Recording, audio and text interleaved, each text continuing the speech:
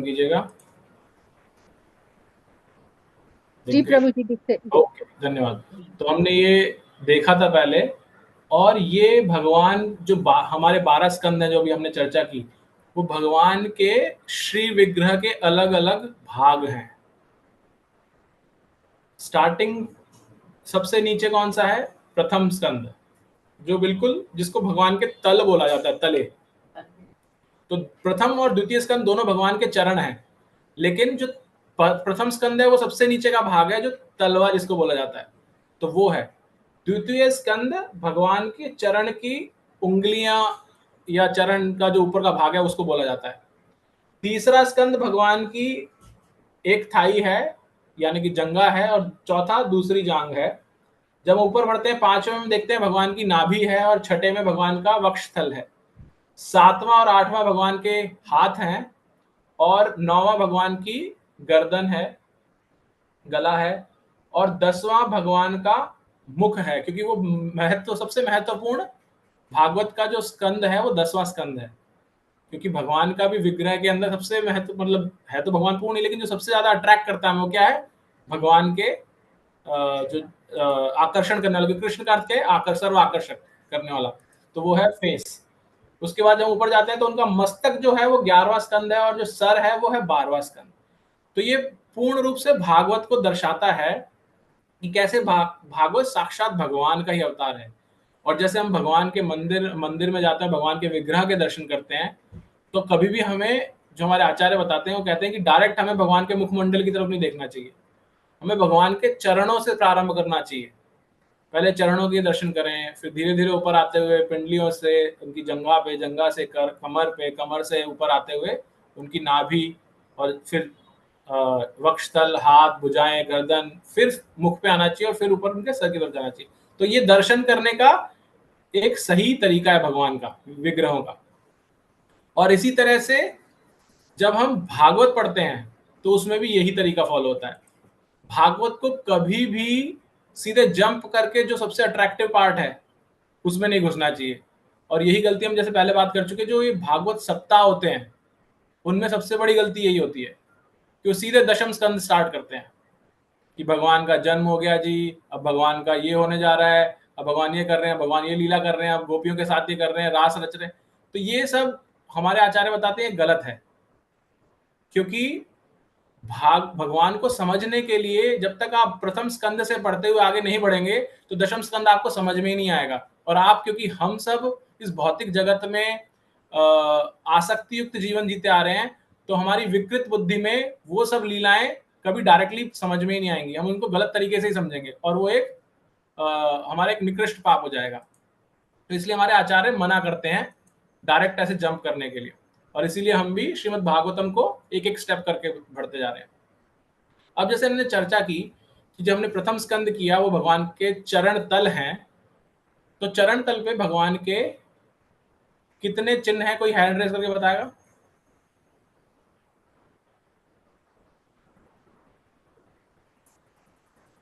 भगवान के चरण तल में कितने चिन्ह हैं? 19 प्रभु, 19 अध्याय के 19। माता जी, हैंड रेस करना है। ये सभी भक्तों से मेरा सबसे विनम्र अनुरोध है कि एटलीस्ट कक्षा के अंदर पालन कीजिए जो बताया जा रहा है उस चीज का, ठीक है ना? तो उससे आपको चैट में लिखना है तो दैट्स ओके, आप चैट में लिख सकते हैं, लेकिन अनम्यूट करके ना बोलें। चैट में जैसे मैंने अभी पढ़ा, किसी ने 24 लिखा, तो सही जवाब इसका है 19, जैसा माता जी ने भी बताया। तो 19 चरण चिन्ह है भगवान के तले में। अब वो चिन्ह जो है वो एक एक अध्याय से कॉरस्पॉन्ड करते हैं, क्योंकि भागवत के प्रथम स्कंद के अंदर 19 अध्याय हैं, और वो 19 अध्याय भगवान के 19 चरण चिन्हों को कॉरस्पॉन्ड करते हैं, उनसे मिलते हैं। और ये भगवान के चरण चिन्ह हैं, चरण तल हैं, और ये चरण चिन्ह हैं। तो इसमें हमने जैसे हर बार चर्चा की थी, जब हर बार एक एक अध्याय पढ़ते जा रहे थे, कौन सा चरण चिन्ह किसको रिप्रेजेंट करता है। तो प्रथम अध्याय जो हमने पढ़ा था मत्स्य है, फिर उसके बाद चंद्र था, फिर उसके बाद त्रिकोण, फिर चतुष्कलश, फिर गोखुर, धनुष, शंख, और ये 2 सर्कल्स, फिर उसके बाद अष्टकोण, फिर स्वास्तिक, बैरीज, उसके बाद वज्र और छाता, फिर ध्वज, अंकुश, कमल, फिर ये सुदर्शन, एंड 18वां ये जो रेखा जा रही है भगवान के चरण चिन्ह पे वो, एंड लास्ट था जो यहाँ पे आपको एक जौ का ये निशान दिख रहा है, ये 19वां। तो ये भगवान के 19 चरण चिन्ह जो भगवान के प्रथम स्कंद के 19 अध्यायों को रिप्रेजेंट करते हैं। ठीक है, यहां तक सब क्लियर है सबको? हमने ये रिवीजन किया है अभी तक। अब ये 19 जो हमने अध्याय पढ़े, अब जो लोग बीच में जुड़े या जो नए जुड़े हैं उनको क्या पता चलेगा इन 19 अध्यायों से, इन चिन्हों से क्या है भागवत के प्रथम स्कंद के अंदर। तो हम एक शॉर्ट ग्लिम्स करेंगे, अब एक शॉर्ट ओवरव्यू करेंगे, अवलोकन करेंगे प्रथम अध्याय का कि हमने प्रथम अध्याय में क्या पढ़ा। ठीक है, तो बीच बीच में मैं अब आप लोगों से भी प्रश्न कर सकता हूँ यहाँ पर, आपको एक मेमोरी टेस्ट कि आपने क्या किया था, उसमें क्या पढ़ा था। तो जिसको पता हो आप हैंड रेज कीजिएगा, अन्यथा किसी को नहीं पता होगा तो कोई जरूरी नहीं है, मैं आगे मैं सब बता दूंगा उसके अंदर क्या है। तो प्रथम अध्याय जो हमने पढ़ा वो क्या था? श्रीमद् भागवत के प्रथम स्कंद का अवलोकन। प्रथम अध्याय का शीर्षक था मुनियों की जिज्ञासा। जैसा हमने बात की अभी, सूत गोस्वामी और शौनक आदि ऋषि, उनके बीच में ये चर्चा प्रारंभ होती है, और जो शौनक आदि ऋषि हैं वो मुनियों से, सूत गोस्वामी से प्रश्न करते हैं, जिज्ञासा करते हैं। हैंड रेस करके कोई मुझे बताएगा कि कितने जिज्ञासाएं करते हैं वो?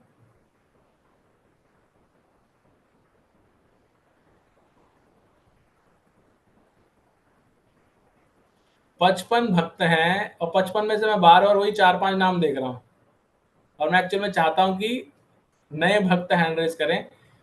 ज्ञानेंद्र माता जी ने बताया 6, बिल्कुल सही है। अब हम क्विकली वापस से हैंड्स डाउन करके आप सबसे पूछेंगे कि वो 6 प्रश्न क्या थे, 6 जिज्ञासाएं क्या थी। बहुत इंपॉर्टेंट है 6 जिज्ञासाएं, भागवत के प्रथम स्कंद के प्रथम अध्याय में 6 जिज्ञासाएं पूछी गई हैं। तो जरूरी नहीं है आपको 6 की 6 पता हो, अगर आपको एक भी 6 में से एक भी जिज्ञासा पता है तो आप हैंड रेज कर सकते हैं और उस एक जिज्ञासा को बता सकते हैं। ओके, सिर्फ रेखा माता जी का हैंड है और किसी का हैंड रेज नहीं है अभी। ओके माता जी, आप बताइए। मुनियों ने 6 जिज्ञासाएं पूछी, उनमें से पहली थी कि मनुष्य प्राणी के लिए कल्याण के लिए क्या है, और दूसरा कि भगवान की अपना जन्म क्यों लिया। फिर वो अवतरण जो भगवान बस के जितने माता जी, बस आप अवतरण। 3 पे रुकिए, आप 3 पे रुकिए। आपने बोला भगवान ने परम कल्याण के लिए क्या है, कल्याण राइट? मात्र के लिए। हाँ। कल्याण बोला आपने, दूसरा बोला भगवान ने अवतरण क्यों लिया, हाँ। और तीसरा क्या बोला आपने? तीसरा बोला कि वो भगवान के वो मतलब जो अवतरित हुए उनके जो बारे में। चलो मैं 2 ही मानता हूँ, अभी तीसरा क्लियर भगवान नहीं का है। अवतरण बस ठीक है, अब दो ठीक है आपके, बाकी अभी औरों उनके से जाने पूछता के हूँ। बाद धर्म की। हाँ, एक सेकंड। यस कुसुम कालिया माता जी, 2 हो चुके हैं। 2 जो हो चुके हैं वो हैं, मैं पुनः हरे बताता हूँ। कृष्ण प्रभु जी। परम हरे कृष्ण प्रभु। जीवों, यस एक सेकंड माता जी, जीवों के लिए परम कल्याण का क्या है और भगवान ने अवतरण क्यों लिया, ये 2 हो चुके हैं, बाकी 4 बताने हैं आपको, या 4 में से कोई भी। हाँ जी, ये तीसरा है कि शास्त्रों का सार क्या है। हम्म, हाँ जी, फिर है कि भगवान श्री कृष्ण ने देवकी के गर्भ से क्यों जन्म लिया। ओके, ये माता जी ने और बताया, वही आप रिपीट कर रहे हैं। हाँ, ठीक है, और 3 उनके हो गए। जो उनके अनेक अवतार हुए उनके बारे में बताओ। फिर जो भगवान के अलग अलग अवतार के ऊपर 2 आ जाते हैं कि उनके जो पास्ट टाइम्स थे बस वो क्या अब थे। रुकिए माता जी, बस अब आप रुकिए, धन्यवाद। नेक्स्ट, शैलेश राटम प्रभु जी, आखिरी के 3 जो हैं वो प्रॉपरली नहीं आए हैं, लेकिन आप अगर उसमें से कोई भी एक बताना चाहे तो बता सकते हैं। शैलेश राटम प्रभु जी। प्रभु जी, पहला अध्याय जो है वो परम सत्य के बारे में बताता है। दूसरा अध्याय भागवत की स्तुति का वर्णन किया गया है। तीसरा अध्याय भागवतम। नहीं नहीं नहीं नहीं नहीं प्रभु जी, सॉरी, आप प्रश्न नहीं समझे। मैंने प्रश्न किया था कि मुनि 6 जिज्ञासाएं प्रस्तुत करते हैं। Okay okay okay. हाँ तो तो लीला अवतार और धर्म का आश्रय कौन है, ये 2 आखिरी पोस्ट। धन्यवाद प्रभु जी। तो हमने देखा कि 6 जो जिज्ञासाएं थी वो क्या थी, मैं दोबारा रिपीट करता हूँ एक बार। सबसे पहली थी जीवों के परम कल्याण के लिए क्या मार्ग है, ठीक है। दूसरा वो बोलते हैं कि जो इतने शास्त्र दे रखे हैं, इतने शास्त्र हैं, इतने वेद हैं, इतना कुछ है, सनातन धर्म में तो भर भर के शास्त्र हैं, तो पूछते हैं इतने शास्त्रों का सार क्या है, एक कोई तो होगा ना उसका निचोड़ हो, तो वो पूछते हैं। तीसरा वो बोलते हैं कि भगवान कृष्ण अवतार में आकर के उन्होंने कृष्ण का जो रूप मतलब आए कृष्ण उसमें, तो उसका कारण क्या था, देवकी के पुत्र बनने का कारण क्या था भगवान का। और चौथा वो प्रश्न करते हैं भगवान का पुरुष अवतार के बारे में बताइए। पांचवा करते हैं भगवान के लीला अवतार, भगवान ने जो अलग अलग लीलाओं में अवतार लिए उनके बारे में बताइए। और छठा करते हैं जब भगवान श्री कृष्ण इस धरातल से चले गए तो उसके बाद धर्म ने किसकी शरणागत ग्रहण की, भगवान धर्म किसके शरण में गया। तो ये 6 प्रश्न प्रथम स्कंद के आते हैं जो बहुत महत्वपूर्ण है और वही इसका शीर्षक है। इसके अलावा प्रथम अध्याय के अंदर, सॉरी प्रथम स्कंद तो हम प्रथम कर ही रहे हैं, तो मैं फर्स्ट चैप्टर बोलूंगा। फर्स्ट चैप्टर के अंदर जो पहले 3 श्लोक हैं वो बहुत महत्वपूर्ण हैं। तो अगर आप पहले 3 श्लोकों को कभी भी रिवाइज करना चाहते तो उनको ढंग से पढ़ें और उसके बाद फिर ये 6 जिज्ञासाओं में आप आ जाते हैं, तो दैट्स उससे आपका पहला अध्याय पूर्ण होता है। और वो पहले तीनों जो श्लोक हैं, पहला वो हमारा परम सत्य का गुणगान करता है, उनकी ग्लोरिफिकेशन करता है। दूसरा जो श्लोक है वो भागवतम को ग्लोरीफाई करता है, भागवतम की ग्रेटनेस बताता है।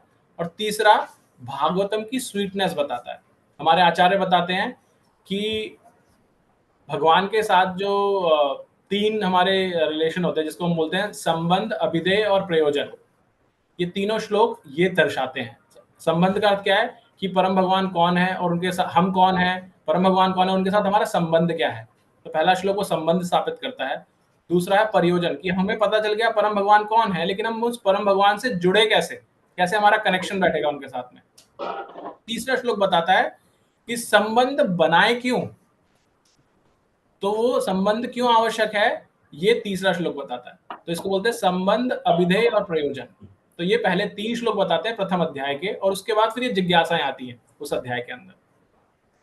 आगे बढ़ते हैं, दूसरा अध्याय आता है दिव्यता तथा दिव्य सेवा। मुझे फिर से बता दिए, संबंध, अभिधेय और प्रयोजन। माता जी, रिकॉर्डेड सेशन है तो इसलिए आप इसको बाद में सुन सकते हैं अगर कुछ मिस होता है तो आपका। अच्छा ठीक है, ठीक है, हरे धन्यवाद। हरे कृष्णा।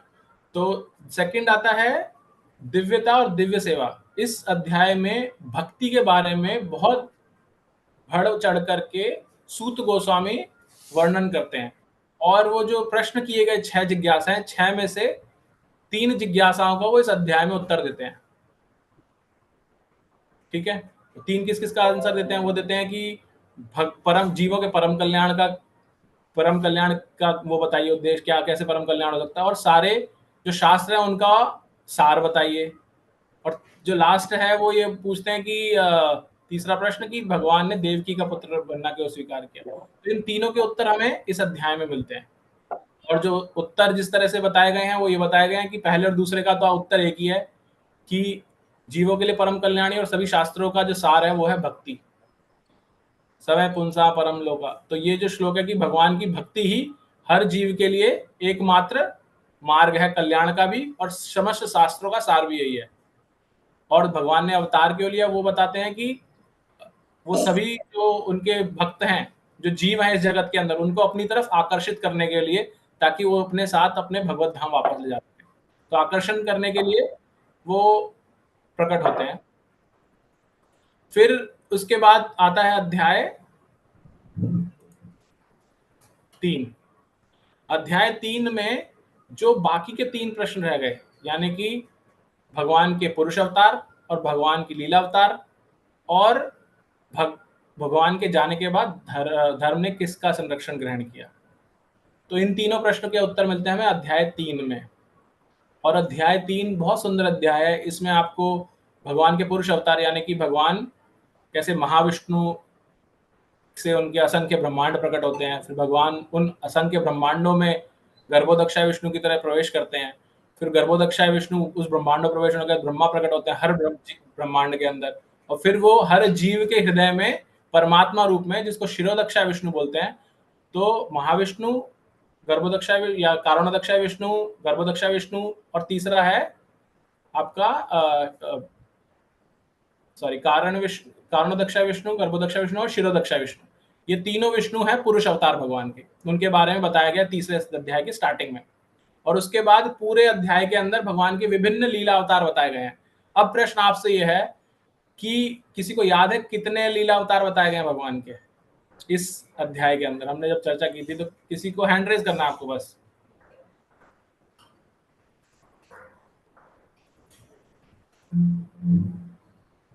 मैं ऐसा एज्यूम कर रहा हूँ जो अभी हैंड्स मुझे दिख रहे हैं वो इस प्रश्न का उत्तर देने के लिए, पहले से मैंने शायद हैंड रेज डाउन नहीं किए थे। तो रुक्मणी शुक्ला माता जी।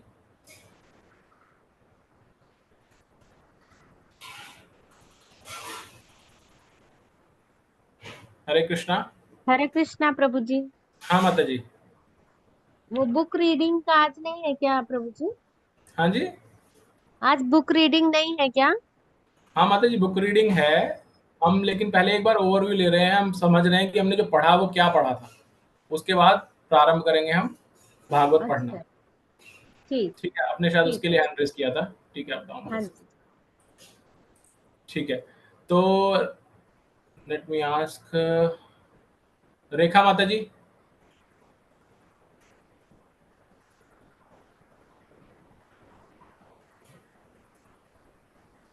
माता जी आप म्यूट है। हरे कृष्णा प्रभु जी। हाँ माता जी। तब वो 24 अवतार। यस, धन्यवाद। तो हम देखते हैं भगवान के 24 अवतार बताए गए हैं। जब मैंने फर्स्ट टाइम पढ़ा था तो मुझे भी थोड़ा आश्चर्य हुआ था, क्योंकि मैं हमेशा समझता था भगवान के 10 अवतार हुए हैं, क्योंकि हम 10 अवतार ही जानते हैं, लेकिन वो 24 अवतार बताएंगे। तो आप सब उसको पढ़ना चाहिए आप सबको कि उसमें कौन से 24 अवतार है भगवान को। भगवान फिर ये भी बताते हैं कि ये जो सारे अवतार हैं ये ऐसे हैं जैसे झरने बहते हैं ना, इतने सारे असंख्य झरने हैं, एक नदी से बहुत झरने बहते रहते हैं। तो इस तरह से भगवान के अवतार भी बहुत असंख्य हैं। तो ये जो 24 है तो सिर्फ प्रमुख है कुछ, इसके अलावा भी बहुत भगवान के अवतार है। भगवान हर समय कहीं ना कहीं किसी ना किसी लोक में अवतार लेते रहते हैं।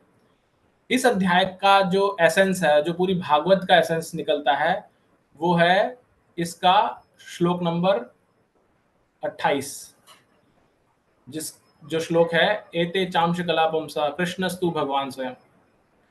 तो वो बोलते हैं सारे जब अवतार आते हैं उसके बाद उस श्लोक में स्वयं व्यासदेव ये बोलते हैं, क्योंकि व्यासदेव द्वारा लिखी गई है और सूत गोस्वामी उसको बताते हैं कि जितने भी अवतार हैं ये तो सब अवतार हैं, लेकिन जब कृष्ण हैं एते चांश कला पुंसा, जितने भी बाकी हैं ये तो सिर्फ भगवान के अंश हैं, ये अंश के अंश हैं।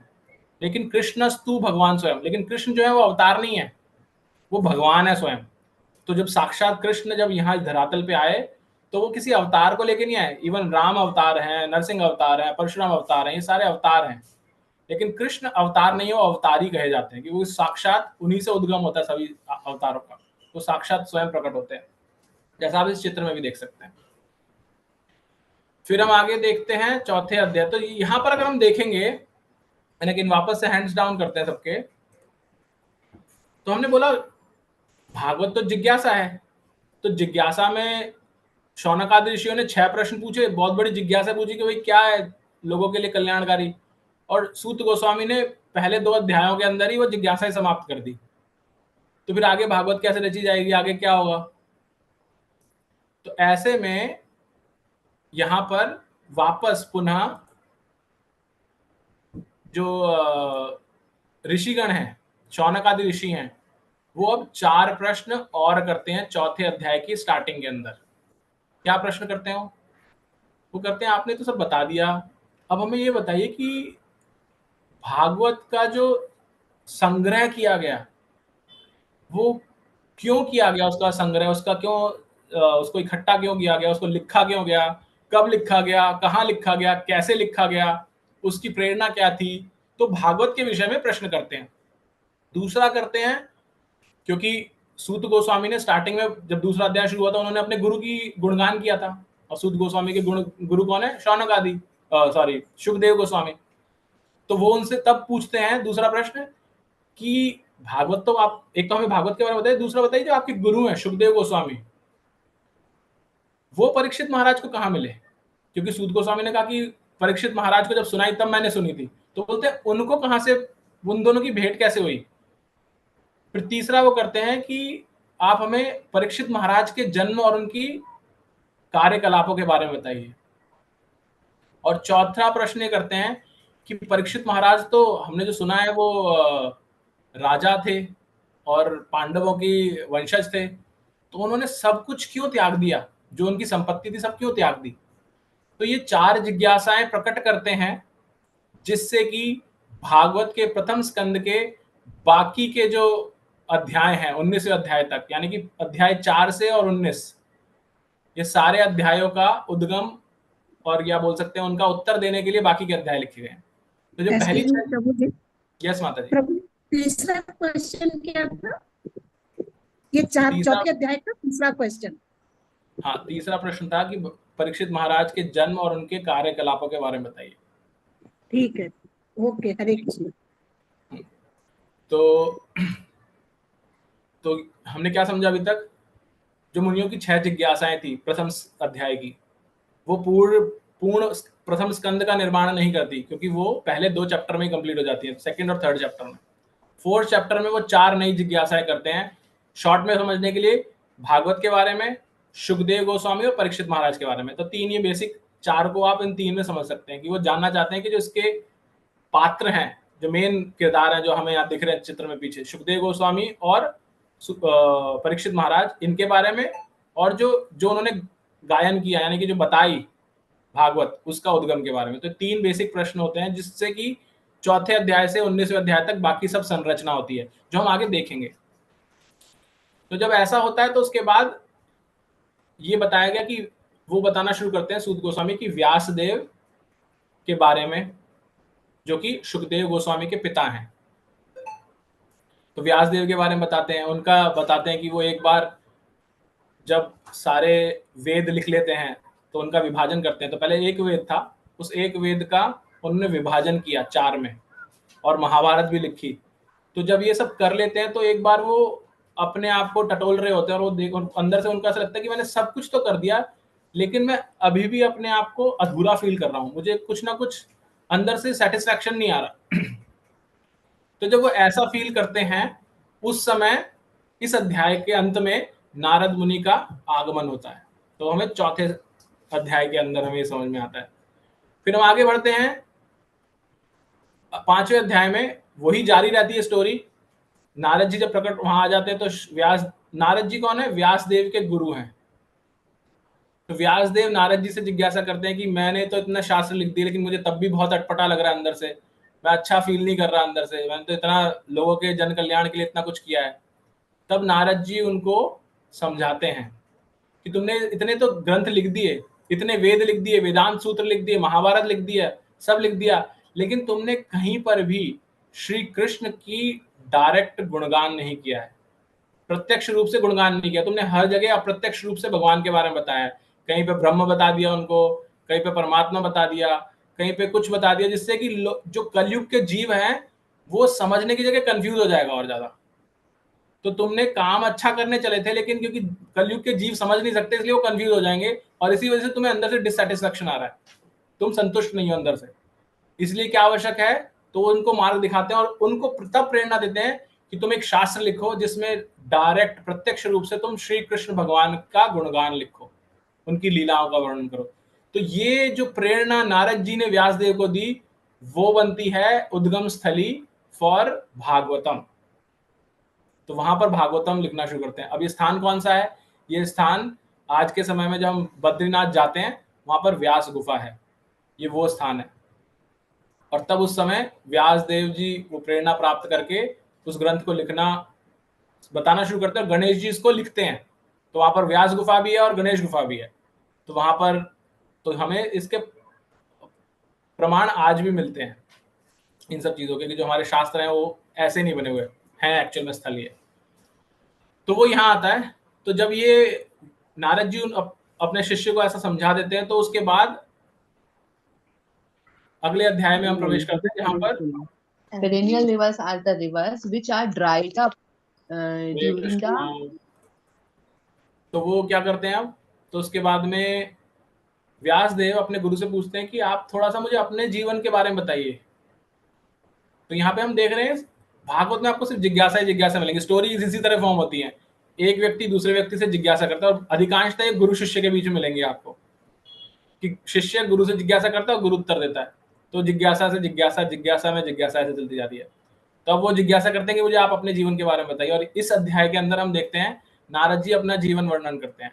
नारद जी बताते हैं किस तरह से वो एक दासी के पुत्र थे, और जब चतुर्मास जो भी चल रहे हैं, चतुर्मास में भक्ति वेदांत साधु संत उनके गांव में आते हैं, और बरसात की वजह से वो आगे विचरण नहीं कर पाते और उनके गांव में रुक जाते हैं।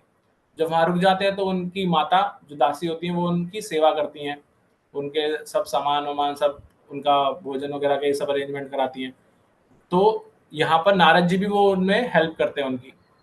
और जब यहाँ पर एक इम्पॉर्टेंट लर्निंग आती है कि नारद जी उन साधु संतों के भोजन करने के उपरांत उनकी आज्ञा से उनका झूठन ग्रहण करते थे। और शास्त्र ये बताता है कि जब हम ऐसे साधु संतों का झूठन ग्रहण करते हैं तो हमारे अंदर उनके गुण उत्पन्न होते हैं। तो इस तरह से उनकी सेवा करने से और उनका झूठन ग्रहण करने से नारद जी जो एक बालक थे, अभी 5 वर्ष के ही बालक थे, जैसे ध्रुव महाराज की कथा आती है, उस आयु के अंदर उनके अंदर भगवान की भक्ति उत्पन्न होने लगती है और वो भगवान की कथाओं को श्रवण करने की उनमें बहुत उत्कंठा आ जाती है। और वो ऐसे करते करते क्या करते हैं, जब उनके अंदर ऐसा भाव आ जाता है तो वो सब सुनते रहते हैं। तो 4 मास तक, चतुर्मास, वो उनसे श्रवण करते हैं और उसमें आनंद लेते हैं। और उसके बाद जब वो जाने लगते हैं तो उनको एक मंत्र देके जाते हैं, और जब वो चले जाते हैं उसके बाद वो बार बार यही सोचते रहते हैं कब मैं भगवान की खोज के लिए निकलूंगा। जब वो सोचते रहते हैं तो वो सिर्फ उनके पिता नहीं होते, उनकी सिर्फ माता होती हैं, और वो माता उन्हीं के साथ डिपेंडेंट, तो वो अपने आप को बंधा हुआ महसूस करते हैं कि मैं माता है मेरी, सिर्फ मैं उनको छोड़ के नहीं जा सकता। तो एक बार एक सांप के डसने से उनकी माता का देहांत हो जाता है, और वो इस स्थिति को भगवान की कृपा मानते हैं अपने ऊपर। वो कहते हैं कि अब मैं जाकर के भगवान की खोज में निकल सकता हूँ। और वो निकल जाते हैं वहां से, और निकल जाते हैं। फिर वो बताते हैं कि किस तरह से जंगलों में जाते हैं, भगवान के कुछ एक उन्हें थोड़ी सी रियलाइजेशन होता है, भगवान थोड़ा सा उनके हृदय में प्रकट होते हैं, लेकिन फिर वो एकदम से गायब हो जाते हैं। फिर उन्हें ढूंढते रहते हैं, उनकी उत्कंठा और बढ़ जाती है। और भगवान फिर आकाशवाणी के माध्यम से बताते हैं कि मैं सिर्फ तुम्हारी उत्कंठा बढ़ाना चाहता था, अब मैं तुम्हें इस जन्म में, इस कल्प में दर्शन नहीं दूंगा, जब तुम अगले कल्प में आओगे तब तुम्हें दर्शन मिलेंगे। तो फिर वो बताते हैं विचरण करते करते जब कल्प बदलता है तो वो सशरीर नारद जी जो एक बच्चे थे, वो ऐसे जो हम जिन नारद जी को अब जानते हैं वो बन जाते हैं, और वो वीणा के साथ पूरे सब जगह, तो उनको ऐसी शक्ति भगवान से मिलती है कि वो हर जगह विचरण कर सकते हैं। तो नारद जी की कथा आती है इन शॉर्ट। उसके बाद हम जब आगे बढ़ते हैं तो जब ये बता दिया तो उसके बाद व्यासदेव ने ग्रंथ लिखना शुरू किया। तो अगेन जैसे हम कई बार कथा करते हैं तो कथा करते करते मेन कथा से कहीं और चले जाते हैं। तो ऐसे ही जब इस कथा में गहराई में जाने लगे तो वापस से शौनक आदि ऋषि ने प्रश्न किया कि सूत गोस्वामी जी बहुत बहुत धन्यवाद, आपने जो बता दिया भागवत की रचना कैसे हुई, कैसे उसका कारण कैसे बना, लेकिन थोड़ा सा हमें वापस से परीक्षित महाराज के बारे में बताइए ना। परीक्षित महाराज, सुखदेव गोस्वामी, तो वो पहले तो बताते हैं कि जब व्यासदेव ने ऐसे ग्रंथ लिखना शुरू किया तो उनके पुत्र सुखदेव गोस्वामी को उन्होंने भागवत के बारे में बताया, जहां पर सुखदेव गोस्वामी ने सुना। और वो बचपन से ही क्या थे, वो आत्मतुष्ट थे, आत्माराम थे। तो जैसे ही वो प्रकट हुए, पहले तो वो 16 वर्ष की आयु तक अपने माता के गर्भ से बाहर नहीं निकल रहे थे, वो गर्भ में ही थे और वो निकल नहीं रहे थे। और जब उनको स्वयं भगवान कृष्ण ने आश्वासन दिया कि तुम्हें माया नहीं पकड़ेगी, तुम हमेशा मुक्त आत्मा रहोगे, तो जैसे ही वो भगवान के आश्वासन से बाहर आते हैं गर्भ से, और बाहर आते के साथ ही वो चलना शुरू कर देते हैं नग्न ही, ऐसे ही वो रुकते भी नहीं, अपने माता पिता की तरफ देखते भी नहीं है, और उनके पिता व्यासदेव उनके पीछे पीछे भागते रहते हैं। तो वो एक स्टोरी आती है, और फिर उनको जंगल से भागवत के कुछ श्लोक बुला करके अट्रैक्ट करके बुलाया जाता है, और फिर वो भागवत का ज्ञान उनको देते हैं। जबकि वो आत्माराम थे, वो आत्मतुष्ट थे पहले से, उनको सब जनरल ज्ञान था, ब्रह्म का ज्ञान था। लेकिन ऐसे जीव को भी भागवत तुष्ट करती है, उनको भी भागवत अच्छी लगती है, तो वो भागवत सुनने आते हैं। देन फिर यहाँ पर आ जाते हैं वापस, क्योंकि उन्होंने प्रश्न किया कि परीक्षित महाराज का क्या हुआ, तो वो वापस से द्रोण की स्टोरी आती है कि अश्वत्थामा, जब हम देखते हैं महाभारत की कथा है ये, जब दुर्योधन घायल हो जाता है युद्ध में भीम के साथ में, तो उस टाइम अश्वत्थामा उसके पास आता है, और अश्वत्थामा ये सोचता है कि मैं अपने जो स्वामी है, क्योंकि लीडर कौन था उस टाइम, दुर्योधन था, तो मैं इसको प्रसन्न करने के लिए क्या कर सकता हूँ। तो द्रौपदी के 5 पुत्रों का सोते हुए उनका गला काट के ले आता है। तो इस इंसिडेंट से दुर्योधन बहुत दुखी होता है, और बहुत उनसे बोलता है, गलत बोलता है कि तूने गलत किया ऐसा। लेकिन वो देख करके, क्योंकि इस जगह जहाँ पर ये ऐसा किया होता है वहां पर अर्जुन और ऐसी स्थिति को देख करके प्रण ले लेता है कि जिसने भी ऐसा किया है मैं उसकी गर्दन काट के लाऊंगा, मतलब उसको मृत्यु दंड दूंगा उसको। तो भगवान एज यूजुअल उसके सारथी के रूप में उसके साथ चल देते हैं और वो जाते हैं, आगे जाते हैं तो देखते हैं कि अश्वत्थामा भय के कारण कि पकड़ा जाएगा, भय के कारण ब्रह्मास्त्र चला देता है। और जब ब्रह्मास्त्र चला देता है तो चारों तरफ बहुत ही अग्नि फैल जाती है, बहुत घबराहट हो जाती है। तब अर्जुन भगवान से प्रार्थना करता है, पाही पाही महाबाहो, कि आप तो बहुत ही सभी का संरक्षण करने वाले हैं, आपकी वजह से सब कुछ उत्पन्न हुआ है, तो कृपया हमें मार्गदर्शन करें, मैं क्या करूं अब। तब भगवान बोलते हैं ब्रह्मास्त्र चलाया है अर्जुन ने, और ये भगवान की फर्स्ट टाइम एंट्री हुई है अभी तक भागवत में। कौन से अध्याय में? 7वें अध्याय में। इससे पहले भगवान के सिर्फ भक्तों की लीला है। तो ये भी जानना आवश्यक है कि भागवत और भगवत गीता में डिफरेंस ये है कि भगवत गीता में भगवान ने स्वयं उस गीत को गाया है, इसलिए वो भगवत गीता है। और भागवत में भगवान और भगवान के भक्तों के कार्यकलाप बताए गए, उनकी लीलाएं बताई गई हैं। तो पहले 6 अध्याय में सिर्फ भगवान के भक्त थे, और 7वें अध्याय में अब आते हैं भगवान की स्वयं एंट्री होती है। तो जब ऐसा होता है तो वो भगवान बोलते तुम भी अब ब्रह्मास्त्र चलाओ और इसका उत्तर दो, इसके ब्रह्मास्त्र को निशस्त्र कर दो। और वैसे वो निशस्त्र हो जाता है और फिर उसको पकड़ के ले जाते हैं। जब ले जाते हैं तो वहां पर द्रौपदी जो पहले दुखी थी वो अश्वत्थामा को मारने से मना कर देती है। वो बोलती है नहीं मारना। बोलते क्यों नहीं मारना, तुमने तो कहा था ऐसे मारना है। बोलती नहीं, ये तो हमारे गुरु के पुत्र हैं, गुरु के पुत्र अर्थात हमारे गुरु के बराबर है। दूसरा बोलती है ब्राह्मण पुत्र, ब्राह्मण पुत्र की हत्या करने से ब्राह्मण हमें अपराध पाप चढ़ेगा। तीसरा बोलती है कि मुझे तो कष्ट हो ही गया, मेरे 5 पुत्र मरे हैं, अब मैं ये नहीं चाहती कि इसकी माँ जो है कृपी उसको भी ऐसा ही कष्ट हो जैसा मुझे कष्ट हो रहा है, इसलिए तुम इसको मत मारो। भगवान कहते हैं तूने तो संकल्प लिया है, तू कैसे नहीं मारेगा इसको। तो भगवान वापस से अर्जुन की परीक्षा लेते हैं। अब भगवान ऐसी परीक्षाएं अधिकतर लेते रहते हैं अपने भक्तों की। तो वहां पर आचार्य बताते हैं कि भगवान ऐसी परीक्षाएं क्यों लेते हैं, क्योंकि चाहते हैं अपने भक्तों का गुणगान बढ़ाना। तो जब वो ऐसी परीक्षा लेते हैं तो अर्जुन उसमें उत्तीर्ण होने के लिए समझ जाता है, वो अश्वत्थामा की शिखा काट देता है। शास्त्री बताते हैं अगर किसी की शिखा काट दिया जाए तो वो मरे के बराबर हो जाता है, तो उसकी शिखा काट देता है, उसको छोड़ देते हैं और वो वहां से चला जाता है। जब वहां से चला जाता है तो फिर हमारे 8वें अध्याय का उद्गम होता है। 8वां अध्याय का उद्गम कैसे होता है? जब वहां से चला जाता है तो वो वापस से, जो उसने पहले ब्रह्मास्त्र चलाया था, वापस से एक और ब्रह्मास्त्र चलाता है। अब किसकी ओर चलाता है? वो चाहता है कि जो पांडवों का जो वंशावली है इसको समाप्त करना है। 5 पुत्रों को तो मार दिया, अभी सिर्फ कौन बचा है? अभी पांडवों के का पोता जो उत्तरा के गर्भ में है, यानी कि परीक्षित महाराज, वो बचे हैं। तो वो उत्तरा के गर्भ की ओर ब्रह्मास्त्र छोड़ देता है।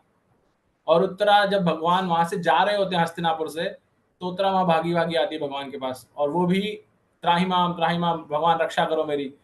तो वो रक्षा के लिए बोलती है, और वो जितने पांडव होते हैं उनकी तरफ रक्षा के लिए कुछ नहीं बोलती, डायरेक्ट भगवान से रक्षा के लिए मांगती है। तो भगवान उसकी रक्षा करते हैं, उसकी गर्भ की। और जब ऐसी लीला होती है उसी समय कुंती महारानी, जैसा आप चित्र देख सकते हैं यहाँ पर, उनको रोकने के लिए वहां आ जाती हैं। और कुंती महारानी जो एक्चुअल में उनकी बुआ हैं, लेकिन उनसे प्रार्थना करती हैं, और ये प्रार्थनाएं बहुत सुप्रसिद्ध हैं, हमें अलग अलग पुस्तकों में मिल जाती है कुंती महारानी की प्रार्थना के रूप में। और उन प्रार्थनाओं में वो बोलती हैं कि आप तो परम भगवान हैं, आपको कोई नहीं जान पाता, और मैं तो स्त्री हूँ, मैं वैसे ही नहीं समझ सकती। आप तो ऐसे जैसे नाटक के अंदर अभिनेता होता है, वो वस्त्र बदल बदल के आता है, आप इस तरह से बदल बदल के बार बार प्रकट होते हैं। फिर बोलते हैं कि आपके माता पिता यानी कि वासुदेव देवकी से तो ज्यादा भाग्यवान मैं हूँ। क्यों हूँ भाग्यवान मैं? क्योंकि आपके यानी देवकी और वासुदेव के जो पुत्र थे, आपसे पहले 7 पुत्र और हुए हैं जिनकी आपने रक्षा नहीं की, लेकिन आपने मेरे पुत्रों की हमेशा रक्षा की है, इसलिए मैं उनसे ज्यादा भाग्यवान हूँ। तो वो ऐसा बोलती हैं। उसके बाद और प्रार्थनाएं अर्पित करती हैं और बोलती हैं कि फिर वो याद दिलाती हैं भगवान को कि आपने हमारी कैसे कैसे लाक्षागृह में, विद्युत क्रीड़ा में, अलग अलग स्थानों पे हमारी रक्षा की है। और जो हमारी रक्षा की है उसके लिए वो बोलती है कि क्योंकि आपने जब जब हम संकट में आए, आप हर बार हमारे समक्ष आ गए हैं हमारी रक्षा करने के लिए। तो मैं चाहती हूँ कि ये जो इस तरह के कष्ट है मेरे जीवन में आते रहें। क्यों आते रहें? क्योंकि कष्टों के आने का कारण आप हमारे जीवन में आते हैं, तो आप हमारे जीवन से कभी नहीं जाएंगे, इसलिए वो मांगती हैं ऐसा। और अंत में प्रार्थना करते हुए कहती हैं कि मैं अपने इस जन्म में भौतिक बंधनों से बहुत बंधी हुई हूँ, अपने अपने परिवार के साथ बंधी हुई हूँ, तो कृपया मेरे सारे बंधन काट दें।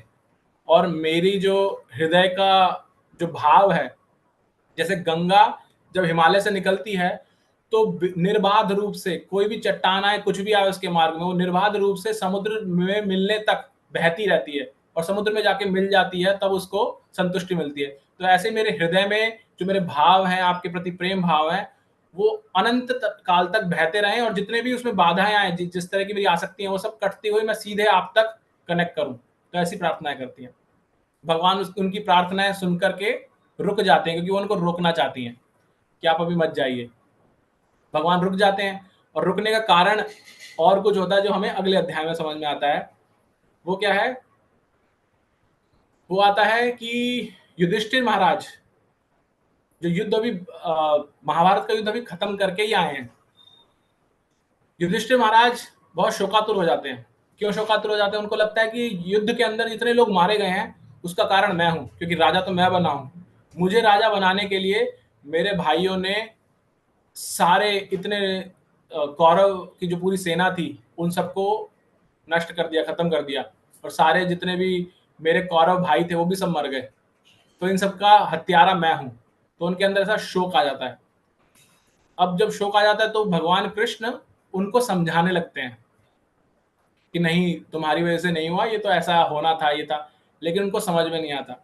लेकिन हमने यहाँ पर भी देखा था, हमारे आचार्य बताते हैं कि किस तरह से जब अर्जुन महाभारत के युद्ध से पहले ऐसे ही शोकग्रस्त था, और वो बोलता है कि मैं अपने संबंधियों को नहीं मार सकता, क्योंकि इनको मार के मुझे क्या लाभ मिलेगा, और बल्कि मुझे पाप चढ़ेगा, इससे तो मैं सन्यासी बन जाता हूँ, साधु बन जाता हूँ, छोड़ देता हूँ ये सब घर बार। लेकिन भगवान उस समय उसको भगवत गीता का ज्ञान देते हैं, और भगवत गीता का ज्ञान सुन के अर्जुन समझ जाता है, और अर्जुन कहता है कि हाँ मैं युद्ध करूंगा। तो हम एक तरफ देखते हैं कि पांडवों में सेकंड नंबर का जो भाई, थर्ड नंबर का जो भाई है, वो जब शोकातुर था तो भगवान कृष्ण ने जब उसको ज्ञान दिया तो उसको समझ आ गई। लेकिन अब वही भगवान कृष्ण जब सबसे बड़े भाई को वही ज्ञान दे रहे हैं जब वो शोकातुर है कि भाई तूने कुछ नहीं किया, ये सब तो ऐसे रचा हुआ था, तो वो नहीं समझ रहा है। तब आचार्य बताते हैं तो क्या भगवान इनइफेक्टिव हो गए? क्या भगवान समझा नहीं सकते थे उसको? या युधिष्ठिर अलग टाइप का कुछ हो गया? तो आचार्य बताते हैं कि ऐसी स्थिति क्यों आई, क्योंकि भगवान स्वयं चाहते थे जिससे कि उनका जो एक और भक्त है जो कि है भीष्मदेव, उनका गुणगान बढ़े। तो वो भीष्मदेव का गुणगान बढ़ाने के लिए जब नहीं समझ में आता युधिष्ठिर को, तो उससे कहते हैं कि तुम भीष्मदेव के पास जाओ जो बाणों की शैया पे लेटे हुए हैं। तो पांडव अपनी पूरी सेना अपने भाइयों के साथ में भीष्मदेव के पास जाते हैं, और भीष्मदेव वहां पर जब देखते हैं युधिष्ठिर को कि वो इतना शोकातुर है, तो उसको बोलते हैं कि भाई तुम इतने दुखी क्यों? और फिर जब वो अपना दुख का कारण बताता है तो वो वापस से वही चीज बताते हैं जो भगवान कृष्ण ने बताई थी कि तुमने कुछ गलती नहीं की है, ये तो होना था, और जो तुम्हारे पीछे श्री कृष्ण खड़े हैं सब उन्हीं का रचा हुआ है, वो परम भगवान है। और फिर वो उनका ग्लोरिफिकेशन करता है, उनका गुणगान करते हैं, और अंत में अपनी प्रार्थनाएं अर्पित करनी शुरू करते हैं। भागवत में भगवान के भक्तों की भगवान को प्रार्थनाएं हैं। पिछले अध्याय में हमने देखा कुंती महारानी की प्रार्थना, यहाँ पे हम देख रहे हैं भीष्मदेव प्रार्थना अर्पित करेंगे अब। और भीष्मदेव कैसी प्रार्थना करते हैं? वीर रस की प्रार्थना अर्पित करते हैं भगवान को। वो बोलते हैं कि आप युद्ध स्थल में खड़े हुए हैं और आप धूल मिट्टी से सने हुए हैं, क्योंकि आप सारथी हैं, घोड़ों से धूल जोड़ रही है, वो आपके ऊपर चिपक रही है पसीने से, और जब मैं तीर चला रहा हूँ और आपको तीर लग रहे हैं, या आप तो वो आपको जो खून बह रहा है वो बहुत ही सुंदर प्रतीत हो रहा है, और ऐसा प्रतीत होता है जैसे प्रेमिका प्रेमी को काट लेती है। तो इस तरह की वीर रस की जो भक्ति का उनका उपमा थी, वो प्रार्थनाएं अर्पित करते हैं उसके साथ में। और वो फिर अंत में बोलते हैं कि मेरे इस जीवन की एक ही उपलब्धि चाहता हूं मैं कि आप मेरे समक्ष खड़े रहें जब मैं इस शरीर को त्यागूं। और ऐसा करते हुए उसी समय सूर्य उत्तरायण में आता है दक्षिणायन से, मकर संक्रांति से हम बोलते हैं, और वो वहां पर उस स्थिति को देख करके अपने शरीर को त्यागने के लिए भगवान कृष्ण उनके सामने खड़े रहते हैं, जैसे आप चित्र में देख सकते हैं, और वो भगवान को धारण करते हुए इस धरातल से चले जाते हैं। तो ऐसे भीष्म देव की आती कथा। इसके बाद क्योंकि कुंती महारानी ने रोका था, तब उनको वापस जाना है, तो भगवान वापस हस्तिनापुर से द्वारका के लिए प्रस्थान करते हैं। तो प्रस्थान करते हैं तो सारे नगर के लोग उनको बहुत उनका गुणगान करते हैं, धन्यवाद देते हैं उनको, और जो वहाँ की स्त्रियां हैं हस्तिनापुर की, वो अगेन उनको प्रार्थना अर्पित करती हैं, उनके लिए बोलती हैं कितने सौभाग्यशाली हैं जो द्वारकावासी, उनके बारे में बताते हैं। ऐसे करते हुए हमारा 10वें अध्याय से 11वें अध्याय में पदार्पण होता है, जहाँ पे बताया गया कि भगवान हस्तिनापुर से द्वारका में पहुंच गए। तो जब द्वारका में पहुंचते हैं तो भगवान वहां पे अपनी पहुंचने की सूचना देने के लिए शंख वादन करते हैं, और वहां पे जितने भी द्वारकावासी होते हैं वो सब वहां पहुंच जाते हैं भगवान का स्वागत करने के लिए। और भगवान यथाचित सबको सम्मान देते हैं, उनकी माताएं आती हैं, माताओं को प्रणाम करते हैं, उनकी पत्नियां, बच्चे सब आते हैं, तो उनका सब स्वागत करके, तो द्वारका की कथाएं हमें वहां बताई गई हैं। जब ये चल रहा था तो वापस से शौनक आदि ऋषि बोलते हैं, ठहरिए सूत गोस्वामी जी, अब हमें थोड़ा सा बताइए, ये आप अलग से, अब भगवान तो चले गए लेकिन वापस से अब कथा कहाँ जा रही है हमें समझ में नहीं आ रहा। तो वापस से कथा को लेकर आते हैं, वापस से कहाँ पर, परीक्षित महाराज के जन्म की ओर, क्योंकि उन्होंने प्रश्न किया था कि हमें परीक्षित महाराज की ओर बताइए। तो वापस से जन्म की ओर आती है, यहाँ पर बताते हैं कि किस तरह से परीक्षित महाराज का जन्म हुआ, और जन्म होने पर जैसा भगवान ने रक्षा की, तो आप देख सकते हैं गर्भ के अंदर भगवान पहुंच जाते हैं, और इसी वजह से इनका नाम, परीक्षित महाराज का एक और नाम पड़ता है जो हो गया विष्णुरात। तो उनकी रक्षा करते हैं, उनका जन्म होता है, ब्राह्मण आके बहुत गुणगान करते हैं परीक्षित महाराज के बारे में। तो ये सब इस अध्याय के अंदर बताया गया। इस अध्याय के पूर्ण होते हुए, जब ये पूर्ण होने लगता है तो फिर आता है कि विदुर जो चले गए थे, कब चले गए थे, महाभारत युद्ध स्टार्ट होने से पहले, क्योंकि धृतराष्ट्र के पुत्र दुर्योधन ने विदुर का अपमान किया था, तो अपमान होने के कारण वो छोड़ के चले गए थे। अब वापस से घर पहुंचते हैं। घर पहुंचते हैं तो घर पहुंचने के बाद उनका बहुत स्वागत होता है। युधिष्ठिर महाराज पूछते हैं उनसे कि आप कहाँ थे, थोड़ा हमें बताइए, तो थोड़ा बहुत बताते हैं उनको। इससे पहले जब वो यहाँ पहुंचते हैं तब तक भगवान इस धरातल से जा चुके होते हैं, और ये विदुर को पता होता है, लेकिन वो फिर भी नहीं बताते उनको। वो सोचते समय आने पे इनको अपने आप पता चल जाएगा। और जब वो चले तो ये उनको बताने के बाद रात्रि काल में विदुर जी वापस आने का अपना कारण बताते हैं। वो वापस क्यों आते हैं, वो अपने भाई धृतराष्ट्र को समझाने के लिए आते हैं कि तुम क्या कर रहे हो, क्योंकि धृतराष्ट्र वैसे तो कौरवों की साइड था और कौरव मर गए थे सारे, लेकिन धृतराष्ट्र फिर भी अपना राज्य छोड़ना नहीं चाहता, और धृतराष्ट्र युधिष्ठिर के साथ में उसी घर में रह रहा होता है। तो विदुर जी उनको बहुत समझाते हैं कि तुम क्या कर रहे हो, तुम अब आसक्ति छोड़ नहीं रहे हो, राज्य की अपनी आसक्ति। और फिर उनको थोड़ा कड़वा बोलते हैं। वो बोलते हैं कि तुम भीम, जिसने तुम्हारे पुत्र को मारा है, तुम उसके टुकड़ों पे पल रहे हो, जैसे कुत्ता पलता है। तो उनको ऐसे कड़वे शब्द बोलते हैं जिससे कि उनकी आंखें खुल जाएं। और एक्चुअल में होता ऐसा ही है कि धृतराष्ट्र समझ जाते हैं कि मैं गलत कर रहा हूँ, आसक्ति में फंस गया था मैं अभी। तो वो उनसे पूछते हैं मुझे क्या करना चाहिए, तो बोलते हैं कि तुम ये सब छोड़ करके अब मेरे साथ चलो। तो वो अपनी पत्नी गांधारी को ही बोलते हैं। तो गांधारी और धृतराष्ट्र दोनों विदुर के साथ घर छोड़ के निकल जाते हैं, और वो जाकर के तपस्या करते हैं, जीवन यापन करते हैं उस तरह से, और धीरे से वो भी अपना शरीर छोड़ देते हैं बाद में। इधर क्या होता है, जब ये सब पता चलता है युधिष्ठिर महाराज को कि वो चले गए, तो बहुत दुखी होते हैं। तो वो और संजय बहुत संताप करते हैं कि कहाँ एकदम चले गए, हमें तो पता ही नहीं है, वो तो उनको दिखता भी नहीं है, कहीं खो जाएंगे। जब ऐसी कथा चल रही है तो नारद जी प्रकट होते हैं। नारद जी प्रकट होकर उनको कहते हैं कि आप ये जो सब दुखी हो रहे हो, दुखी होने का कारण नहीं है, क्योंकि भगवान ही सबकी रक्षा करने वाले, सब कुछ जो रचा गया वो सब भगवान ने रचा है। और फिर उनको फाइनली बताते हैं कि इस तरह से वो इस धरातल से जा चुके हैं, क्योंकि उन्होंने तपस्या की, यहाँ से जाने के बाद अपनी आसक्तियां छोड़ दी, विदुर के साथ हो गए थे, और गांधारी और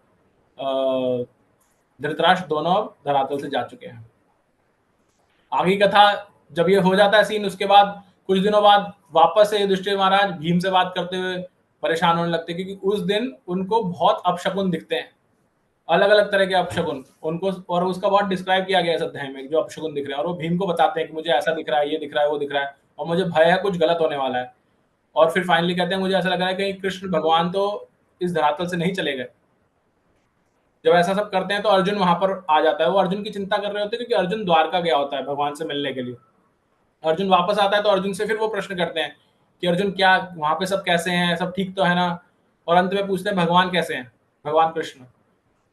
तब नेक्स्ट अध्याय में अर्जुन भगवान युधिष्ठिर महाराज को बताता है कि भगवान जा चुके हैं इस धरातल से, और वो बहुत दुखी थे अर्जुन। और वो बोलते हैं कि मेरी जो जितनी शक्तियां थी वो सब क्षीण हो गई हैं। जो मैं गांडीवधारी बताया जाता था हर जगह, अब मेरे गांडीव का कोई असर नहीं रहा, मैं ग्वाल बालों से हार के आ रहा हूँ अभी। तो मेरी सारी शक्तियां सब भगवान के साथ वापस चली गई। मेरी खुद की शक्तियां कुछ नहीं थी, वो सब भगवान के द्वारा दी गई थी और भगवान ने वो सारी शक्तियां मुझसे छीन ली है। वो वापस से बहुत शोक संतप्त हो जाते हैं और ऐसी स्थिति में वापस से वो भगवान की लीलाओं का स्मरण करते हैं और भगवान के द्वारा दिए गए भगवत गीता के ज्ञान को याद करते हैं। और सिर्फ उसको स्मरण करने मात्र से जो भगवान के चले जाने का उनको शोक था वो सब दूर हो जाता है, और वो दूर हो जाता है, वापस से नॉर्मल हो जाते हैं और वो फिर आगे का प्लानिंग करने लगते हैं। तो हमारे आचार्य ये बताते हैं कि ये शोकातुर जीवन हमारे, क्योंकि हम दुखालय के अंदर हैं, तो कभी ना कभी दुख हमारे जीवन में भी आएगा, बार बार आएगा। तो जरूरी नहीं है जब हमारे कृष्ण हमारे पास होंगे तभी हमारा शोक दूर हो सकता है। हम कहें कि भाई कृष्ण, अर्जुन को तो कृष्ण थे इसलिए उन्होंने दुख दूर कर दिया, लेकिन इस कथा से, इस लीला से हमें पता चलता है कि भगवान की दी हुई वाणी यानी कि भगवत गीता या भगवान की जो लीलाएं यानी कि भागवतम, अगर हम इनका श्रवण करते हैं, इनका पठन करते हैं, तो जीवन में किसी भी तरह के शोक हो वो सब नष्ट हो सकते हैं। तो ऐसा करते हुए युधिष्ठिर महाराज तब डिसाइड करते हैं कि अब हमें भी लीला, क्योंकि हमारे जो आराध्य हैं भगवान कृष्ण वो चले गए और एक्चुअली पांडव भगवान के ही पार्षद हैं, तो जो भगवान चले गए तो वो कहते हैं अब हमें भी वापस जाना है। तो पहले युधिष्ठिर महाराज निकलते हैं और उनके पीछे पीछे बाकी पांडव इंक्लूडिंग द्रौपदी भी निकल देते हैं, और वो हिमालय में जाते जाते वो भी अपने शरीर त्यागते जाते हैं और धीरे धीरे वो भी निवृत्ति प्राप्त करते हैं। ये 15वां अध्याय होता है। इसके बाद वापस से परीक्षित महाराज की कथा आ जाती है, क्योंकि अब युधिष्ठिर चले गए तो परीक्षित महाराज को राजपाट देके गए हैं, तो वो राजा बन जाते हैं। उनका ग्लोरिफिकेशन दिया है कि किस तरह से अलग अलग जगहों पर वो राज्य करते जा रहे हैं, किस तरह से काल चल रहा है। और जब वो ऐसा करते रहते हैं तो एक बार उनके राज्य के अंदर एक बैल और गाय, बैल जो कि धर्म का रूप था और गाय जो धरणी यानी कि पृथ्वी थी, ये दोनों इनकी वार्ता चल रही होती है। बहुत दुखी होते हैं। धरणी यानी कि पृथ्वी गाय के रूप में बहुत दुखी होती है, रो रही होती है, और जो बैल होता है वो सिर्फ अपने एक पैर पे खड़ा होता है। वो उस धरणी से प्रश्न करता है तुम इतनी दुखी क्यों हो, क्या तुम्हारा कोई नजदीकी कहीं खो गया है या तुम्हारा कोई कष्ट पहुंचा रहा है, तुम्हें क्यों दुखी हो। तब धरणी यानी कि गाय जो पृथ्वी स्वयं है वो बोलती है कि भगवान इस धरातल से अंतर्ध्यान हो गए हैं, मैं इसलिए दुखी हूँ, क्योंकि आज तक सिर्फ मैं ही एक ऐसी सौभाग्यशाली थी जो भगवान से कहीं भी रहे हो, चाहे भगवान गोकुल में हो, भगवान वृंदावन में हो, भगवान नंदगांव में हो, भगवान हस्तिनापुर में हो, भगवान कुरुक्षेत्र में हो, भगवान द्वारका में हो, लेकिन भगवान हमेशा मेरे ऊपर ही पैर रख के चले हैं। तो भगवान मुझसे हमेशा कांस्टेंट टच में थे, हमेशा मेरे साथ थे, उनका संपर्क मेरे साथ हमेशा बना हुआ था। उनके जो हमने अभी 19 चरण चिन्ह देखे, हमेशा मेरी धूल के ऊपर उनके चरण चिन्ह पड़ते रहते थे। लेकिन अब वो इस धरातल से चले गए हैं, इसलिए मैं दुखी हूं, मेरे पास उनका संग नहीं रहा। तो ऐसा दुख व्यक्त करती हैं, और इसके साथ ये वाला अध्याय समाप्त होता है। और फिर 17वां अध्याय शुरू होता है, जहां पर जब ये वार्तालाप चल रही होती है तब परीक्षित महाराज वहां पहुंच जाते हैं, और जब वो वहां पहुंचते हैं तब वो देखते हैं कि एक राजा के भेष में एक व्यक्ति उस बैल को मार रहा है, बैल और गाय को। तो वो उससे प्रश्न करते हैं तुम कौन हो, तो वो एक्चुअल में कलयुग होता है जो ऐसा कर रहा होता है। तो वो पहले तो धरणी से और गाय बैल से पूछते हैं जो एक पैर पे खड़ा होता है कि तुम्हारी इतनी ऐसी हालत किसने की, तुम मुझे बताओ, मैं तुम्हारी रक्षा करूंगा। तो बैल बोलता है, बैल ये बोलता है कि जो मेरी स्थिति है इसका तो मैं भी कारण नहीं बता सकता, आपको स्वयं ढूंढना होगा। तो हमने अभी पिछले 1-2 महीने पहले अध्याय पढ़ा था, तो उसमें आता है वो अलग अलग रीजन देता है वहां पर। तो इस तरह से फिर वहां पर वो कलयुग को पकड़ लेते हैं, और जो आप यहाँ चित्र देख सकते हैं कलयुग को दंड देना चाहते हैं, लेकिन कलयुग उसी समय अपने आप को सरेंडर कर देता है, बोलता है मैं आपका शरणागत हूँ, मैं कुछ गलत नहीं कर रहा, मैं आपके शरण में आ गया हूँ। हमने यहाँ चर्चा की थी, जब कोई शरणागत आ जाता है तो आप उसको मार नहीं सकते, उसको आपको छोड़ना होता है एक परिस्थितिबद्ध होकर के। तो वो उसको बोलते हैं कि तुम मेरे राज्य से निकल जाओ, तुम मेरे राज्य में कभी दिखाई मत देना। तो कलयुग बोलता है कि मैं ऐसे कैसे कर सकता हूँ, मुझे कोई तो स्थान चाहिए। तो वो बोलते हैं अच्छा मैं तुम्हें 4 स्थान देता हूँ जहाँ तुम जाके रह सकते हो। तो 4 स्थान क्या थे? आप सबसे प्रश्न है मेरा कि कोई बताएगा 4 स्थान क्या थे? आपको हैंड रेज करना है।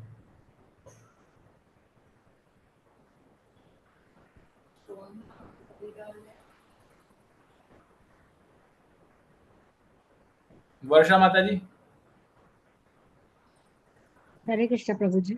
यस माता जी, हरे कृष्ण।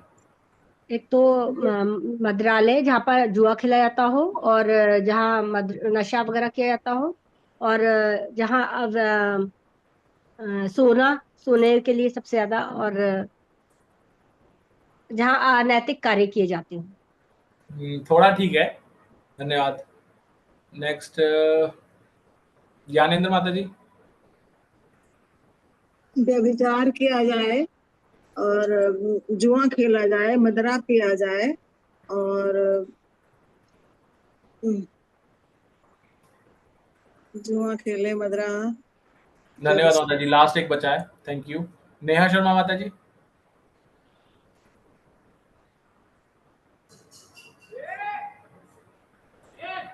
सोने के मुकुट में। नहीं माता जी, एक सेकंड, अभी मैं 4 पूछ रहा हूँ। अनीशा माता जी। Intoxication, gambling, illicit sex, meat eating. Thank you माता जी, थैंक यू। तो ये 4 स्थान थे जहां उनको मना किया गया था। उनको कहा गया तुम जाके रह सकते हो। कौन कौन से? जहां मांसाहार हो रहा हो, जहाँ पे नशा हो रहा हो, जहाँ पर व्यभिचार हो रहा हो या पराई स्त्री का संग हो रहा हो, या जुआ खेला जा रहा हो। ये 4 स्थान बताए थे जो कलयुग को परीक्षित महाराज ने कहा था तुम वहां जाके रह सकते हो। ऐसे में कलयुग बोलता है कि आपके राज्य में तो ऐसे स्थान ही नहीं है, तो मैं कहाँ जाके रहूँ? आप मुझे कोई तो ऐसी जो प्रैक्टिकल बताओ कि मैं कहाँ जाके रह सकता हूँ।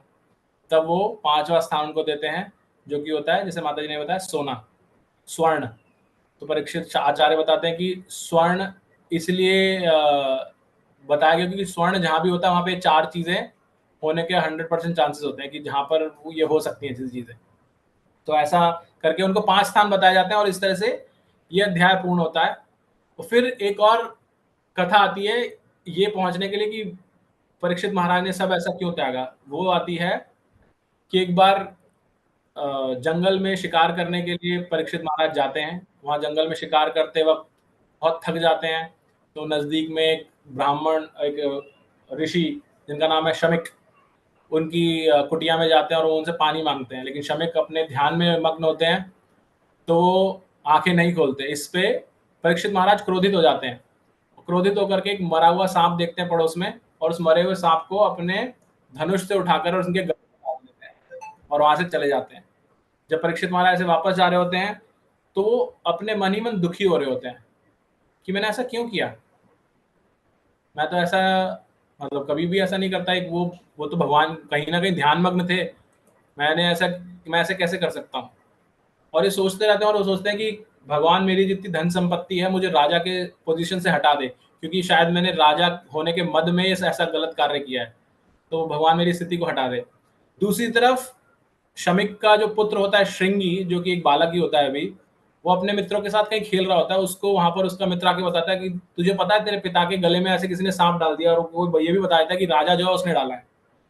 तो इस तरफ जो श्रृंगी, जो बालक है अभी छोटा ब्राह्मण बालक, वो भड़क जाता है और वो गलत शब्दों का प्रयोग करता है राजा के लिए। वो बोलता है कि ये जो राजा हैं ये हमारे ब्राह्मणों से ऊंचे कैसे हो गए, वो तो क्षत्रिय हैं, हमसे ऊंचे कैसे हो सकते हैं। और उसकी इतनी हिम्मत की, मतलब वो ऐसे शब्दों का प्रयोग करता है कि जैसे कुत्ता जो होता है, वो कुत्ता घर के बाहर ही अच्छा लगता है, वो अपने स्वामी की प्लेट में कैसे खा सकता है। इस तरह के श्लोक आते हैं जो वह बोलता है।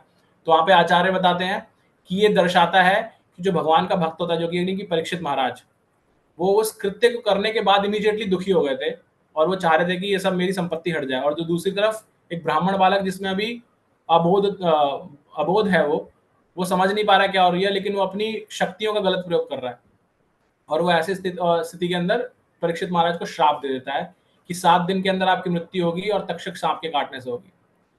हमारे आचार्य इस अध्याय में इम्पोर्टेंटली ये बताते हैं, जो मैं स्ट्रेस करके बताना चाहता हूँ, कि परीक्षित महाराज को जो ये श्राप मिला या ऐसी जो स्थिति हुई, ये उनके कर्मों के कारण नहीं हुई, ये भगवान की लीला थी।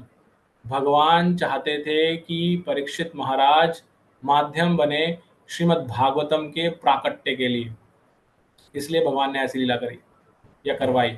जैसे कि भगवान ने अर्जुन को भगवत गीता के लिए माध्यम बनाया, उसको शोकातुर किया।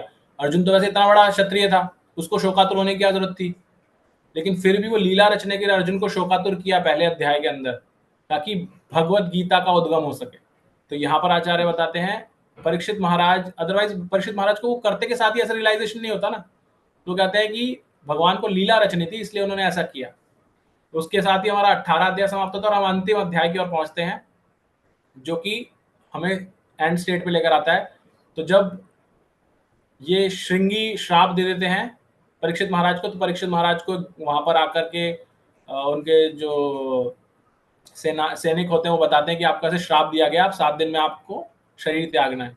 जैसे उन्हें तो इसको भगवान का आशीर्वाद समझते हैं कि आप भगवान ने मेरे पे कृपा दिखा दी, मेरी भी अब लीला समाप्त होने का समय आ गया और मैं भगवान की शरणागत होना चाहता हूँ। तो उसी समय वो अपना सब कुछ कार्यभार छोड़ देते हैं, अपनी नेक्स्ट जनरेशन को दे करके, वो छोड़ करके जो मेरे पीछे चित्र है और जो आपको यहाँ चित्र दिख रहा है, शुक्र ताल में गंगा के तट पर पहुंच जाते हैं और वहाँ बैठ जाते हैं। और जब वहाँ बैठते हैं तो ये खबर पूरे जगत के जितने भी विद्वान साधु संत थे उनको पता चल जाती है, वो सब भी वहाँ आ जाते हैं और इंक्लूडिंग नारद भी वहाँ होते हैं। तो वो सबको प्रणाम करते हैं और प्रणाम करने के बाद उनसे प्रश्न करते हैं कि आप बताइए वही प्रश्न जो प्रथम अध्याय के अंदर किसने, शौनक आदि ऋषि ने किया था, कि जीव के परम कल्याण का क्या मार्ग है, और विशेष तौर पर जो व्यक्ति मरणासन है, जो मरने वाला है, उसको क्या करना चाहिए। और जैसे ही वो प्रश्न करते हैं उसी टाइम सुखदेव गोस्वामी वहां आ जाते हैं, और सुखदेव गोस्वामी जैसे ही वहां आते हैं उनको प्रणाम करते हैं और उनका ग्लोरिफिकेशन करते हैं, उनका गुणगान करते हैं कि आप तो कहीं रुकते नहीं है, सिर्फ इतनी देर रुकते हैं जितना गाय दूध देने तक का टाइम होता है, और आपका सिर्फ दर्शन मात्र से इतने जन कल्याणों का कल्याण हो जाता है, और मैं तो बहुत सौभाग्यशाली हूँ कि आप मेरे समक्ष पधारे हैं। तो फिर वापस से अंत में आई थिंक 39 और 40वां श्लोक जो है 19वें अध्याय का, जो हमने पिछले सप्ताह पढ़ा था, उसमें वापस से वो उनसे प्रश्न करते हैं कि मुझे बताइए, मैं मृत्यु के इतने समीप हूँ, मेरा क्या कर्तव्य है, मुझे क्या करना चाहिए, आप मुझे उसका उत्तर दें। तो इसी के साथ हमारा प्रथम स्कंद पूर्ण होता है 19वां अध्याय। यहाँ पर समय मैंने बहुत ज्यादा लिया, लेकिन मेरी कोशिश थी कि मैं पूरा रिवाइज कर दूं प्रथम स्कंद को, ताकि आप सबको एक समरी मिल जाए। हो सकता है आपको जल्दी से घुसे ना दिमाग के अंदर, लेकिन आप इसको बाद में वीडियो को सुन सकते हैं, समझ सकते हैं, और जितना आए आपके पास में उतना अच्छा है इससे। और इसके बाद में द्वितीय स्कंद प्रारंभ होगा, जो कि हम कल करेंगे।